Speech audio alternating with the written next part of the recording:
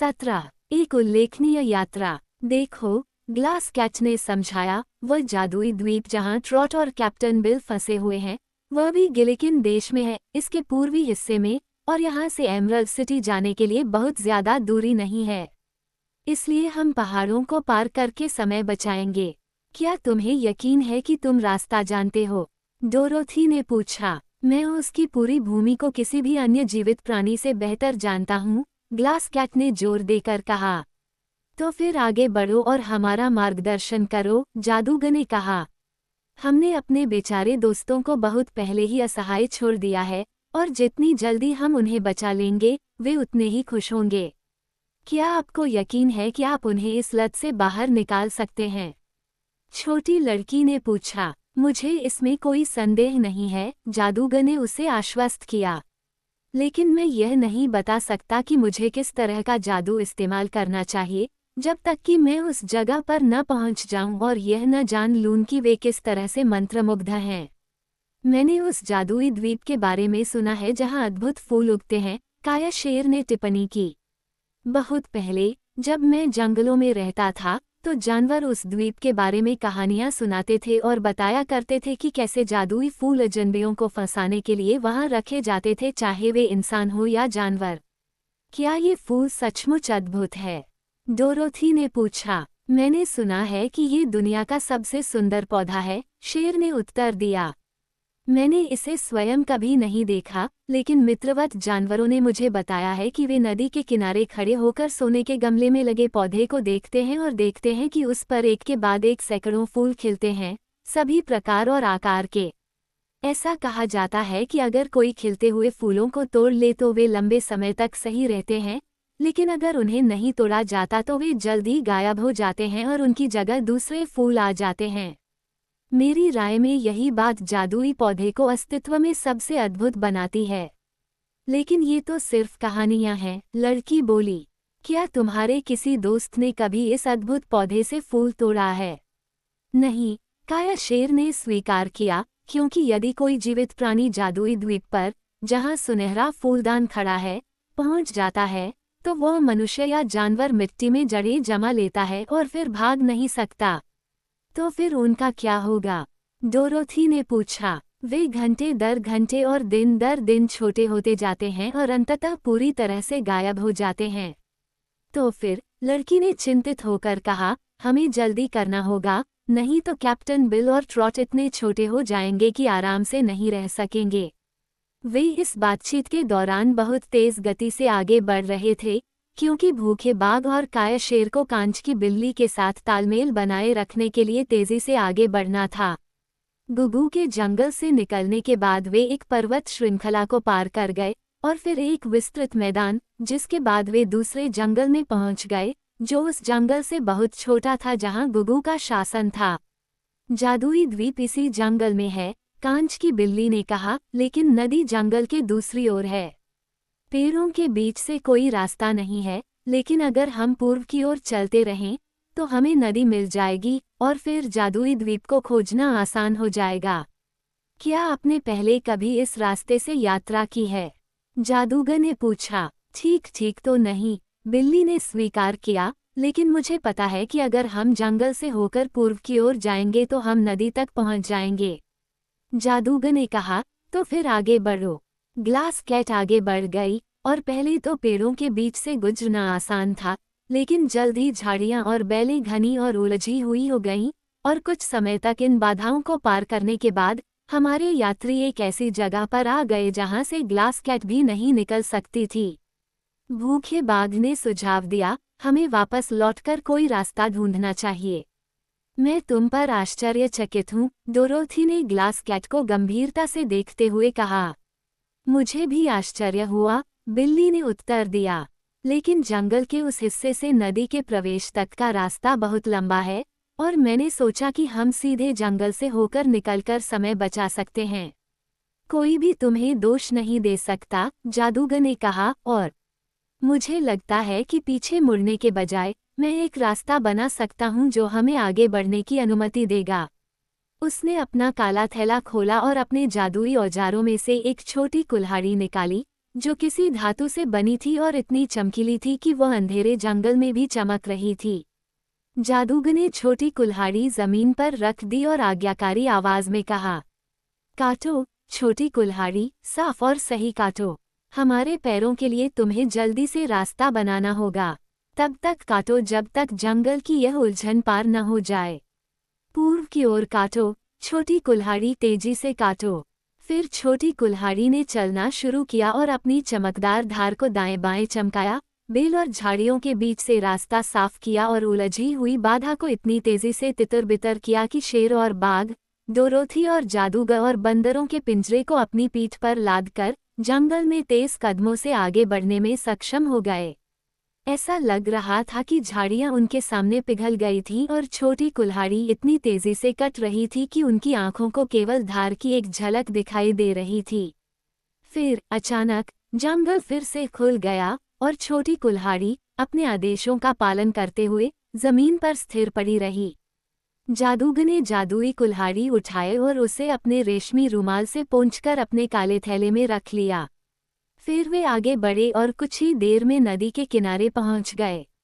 मुझे देखने दो, कांच की बिल्ली ने नदी की ओर ऊपर से नीचे देखते हुए कहा। मुझे लगता है कि हम जादुई द्वीप के नीचे हैं, इसलिए हमें नदी के ऊपर तक जाना चाहिए जब तक हम उसके पास न पहुंच जाएं। इसलिए वे नदी के किनारे आराम से चलते हुए धारा के ऊपर चले गए और थोड़ी देर बाद पानी चौड़ा हो गया और नदी में एक तीखा मोड़ दिखाई दिया, जिससे नीचे सब कुछ उनकी नज़र से छिप गया। हालांकि वे तेजी से आगे बढ़े और लगभग मोड़ पर पहुंच ही गए थे कि एक आवाज ने चेतावनी देते हुए कहा, सावधान। यात्री अचानक रुक गए और जादूगर ने पूछा, क्या देख रहे हो? तुम मेरे डायमंड पैलेस पर लगभग कदम रख चुके थे, आवाज ने जवाब दिया, और उनके सामने खूबसूरत रंग बिरंगे पंखों वाली एक बत्तख प्रकट हुई। जानवर और इंसान बहुत ही अनाड़ी होते हैं, बत्तख ने चिढ़कर कहा, और वैसे भी नदी के इस तरफ तुम्हारा कोई काम नहीं है। तुम यहाँ क्या कर रहे हो? डोरोथी ने बताया, हम अपने कुछ दोस्तों को बचाने आए हैं जो इस नदी के मैजिक आइल पर फंस गए हैं। मैं उन्हें जानता हूँ, बत्तख ने कहा। मैं उन्हें देखने गया था और वे फंस गए हैं। ठीक है, तुम भी घर वापस चले जाओ, क्योंकि कोई भी शक्ति उन्हें नहीं बचा सकती। यह उसका अद्भुत जादूगर है, डोरोथी ने छोटे आदमी की ओर इशारा करते हुए कहा। ठीक है, मैं अकेला बत्तख हूँ, जवाब मिला, जबकि पक्षी अपने पंखों को सबसे अच्छे तरीके से दिखाने के लिए ऊपर नीचे घूम रहा था। मैं महान वन जादूगर हूँ, जैसा कि कोई भी जानवर आपको बता सकता है, लेकिन मेरे पास भी जादुई द्वीप के भयानक आकर्षण को नष्ट करने की शक्ति नहीं है। क्या तुम इसलिए अकेले हो क्योंकि तुम एक जादूगर हो? डोरोथी ने पूछा। नहीं, मैं अकेला हूँ क्योंकि मेरा कोई परिवार नहीं है और कोई दोस्त भी नहीं है। लेकिन मुझे अकेले रहना पसंद है, इसलिए कृपया मेरे साथ दोस्ताना व्यवहार करने की पेशकश न करें। चले जाएं और मेरे डायमंड पैलेस पर पैर न रखने की कोशिश करें। ये कहाँ है? लड़की ने पूछा। इस झाड़ी के पीछे। डोरोथी शेर की पीठ से उतरी और झाड़ियों के बीच से भागकर अकेली बत्तख के हीरे के महल को देखने लगी। हालांकि भड़कीली मुर्गी ने धीमी आवाज में विरोध जताया। लड़की ने देखा कि वास्तव में सबसे साफ हीरे से बना एक चमकता हुआ गुंबद था, जिसे बड़े करीने से सीमेंट से जोड़ा गया था, जिसके किनारे पर एक दरवाज़ा था जो बत्तख के प्रवेश के लिए पर्याप्त बड़ा था। तुम्हें इतने सारे हीरे कहाँ से मिले? डोरोथी ने आश्चर्य से पूछा। मैं पहाड़ों में एक जगह जानता हूँ जहाँ वे कंकड़ की तरह मोटे हैं, लोनसम डक ने कहा, और मैं उन्हें एक एक करके अपनी चोंच में लेकर आया और उन्हें नदी में डाल दिया और पानी को उनके ऊपर बहने दिया जब तक कि वे चमकदार नहीं हो गए। फिर मैंने ये महल बनाया और मुझे यकीन है कि यह पूरी दुनिया में एकमात्र हीरा महल है। यह एकमात्र ऐसा महल है जिसके बारे में मैं जानती हूँ, छोटी लड़की ने कहा, लेकिन यदि आप इसमें अकेले रहते हैं तो मुझे नहीं लगता कि यह लकड़ी के महल या ईंटों या पत्थरों से बने महल से बेहतर है। तुम्हें यह नहीं समझना चाहिए, लोनसम डक ने जवाब दिया, लेकिन मैं तुम्हें शिक्षा के तौर पर बता सकता हूँ कि किसी भी तरह का घर उन लोगों के लिए सुंदर होना चाहिए जो उसमें रहते हैं, और इसका उद्देश्य अजनबियों को खुश करना नहीं होना चाहिए। डायमंड पैलेस मेरा घर है और मुझे ये पसंद है, इसलिए मुझे इस बात की कोई परवाह नहीं है कि तुम्हें ये पसंद है या नहीं। ओह, लेकिन मैं तो जानती हूँ, डोरोथी ने कहा। बाहर से तो ये बहुत सुंदर है, लेकिन फिर उसने बोलना बंद कर दिया क्योंकि लोनसम डक बिना अलविदा कहे ही छोटे से दरवाजे से उसके महल में घुस गया था। इसलिए डोरोथी अपने दोस्तों के पास लौट आए और उन्होंने अपनी यात्रा फिर से शुरू कर दी। क्या आपको लगता है, जादूगर बत्तख ने सही कहा था कि कोई भी जादू ट्रॉट और कैप्टन बिल को नहीं बचा सकता? लड़की ने चिंतित स्वर में पूछा। नहीं, मुझे नहीं लगता कि लोनसम डक ने ऐसा कहकर सही कहा था, जादूगर ने गंभीरता से उत्तर दिया, लेकिन यह संभव है कि उनके जादू पर काबू पाना मेरी अपेक्षा से अधिक कठिन होगा। मैं निश्चित रूप से अपना सर्वश्रेष्ठ प्रयास करूंगा और कोई भी अपने सर्वश्रेष्ठ से अधिक नहीं कर सकता। इससे डोरोथी की चिंता पूरी तरह से दूर नहीं हुई, लेकिन उसने और कुछ नहीं कहा और जल्द ही नदी के मोड़ पर वे जादुई द्वीप के सामने आ गए। वे वहाँ हैं, डोरोथी ने उत्सुकता से कहा। हाँ, मैं उन्हें देख रहा हूँ, जादूगर ने सिर हिलाते हुए उत्तर दिया।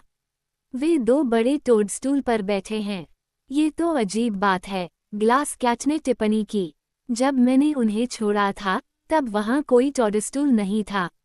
कितना सुंदर फूल है, डोरोथी खुशी से चिल्लाई जब उसकी नज़र जादुई पौधे पर पड़ी। अभी फूल की चिंता मत करो, जादूगर ने सलाह दी। सबसे महत्वपूर्ण बात यह है कि अपने दोस्तों को बचाना है। इस समय तक वे जादुई द्वीप के ठीक सामने वाले स्थान पर पहुंच चुके थे और अब ट्रॉट और कैप्टन बिल दोनों ने अपने दोस्तों को आते देखा और उन्हें मदद के लिए पुकारा। आप कैसे हैं? जादूगर ने चिल्लाते हुए अपने हाथ मुंह पर रखे ताकि वे पानी के उस पार से उसे बेहतर सुन सकें। कैप्टन बिल ने जवाब में चिल्लाते हुए कहा, हमारी किस्मत खराब है। हम यहीं लंगर डाले हुए हैं और जब तक आप रस्सी काटने का कोई रास्ता नहीं खोज लेते, हम आगे नहीं बढ़ सकते। उसका क्या मतलब है? डोरोथी ने पूछा। हम अपने पैर बिल्कुल भी नहीं हिला सकते, ट्रॉट ने जितना जोर से बोल सकती थी, बोलते हुए कहा। क्यों नहीं? डोरोथी ने पूछा। ट्रॉट ने बताया, उनकी जड़ें जम चुकी हैं। इतनी दूर से बात करना कठिन था, इसलिए जादूगर ने कांच की बिल्ली से कहा, द्वीप पर जाओ और हमारे मित्रों से कहो कि वे धैर्य रखें, क्योंकि हम उन्हें बचाने आए हैं। उन्हें मुक्त करने में थोड़ा समय लग सकता है, क्योंकि द्वीप का जादू मेरे लिए नया है और मुझे प्रयोग करना होगा। लेकिन उनसे कहो कि मैं जितनी जल्दी हो सके उतनी जल्दी वहां पहुंचूंगा। इसलिए ग्लास कैट नदी के पानी के नीचे से होते हुए ट्रॉट और कैप्टन बिल को ये बताने के लिए चली गई कि वे चिंता न करें, और जादूगर ने तुरंत अपना काला बैग खोला और अपनी तैयारी शुरू कर दी।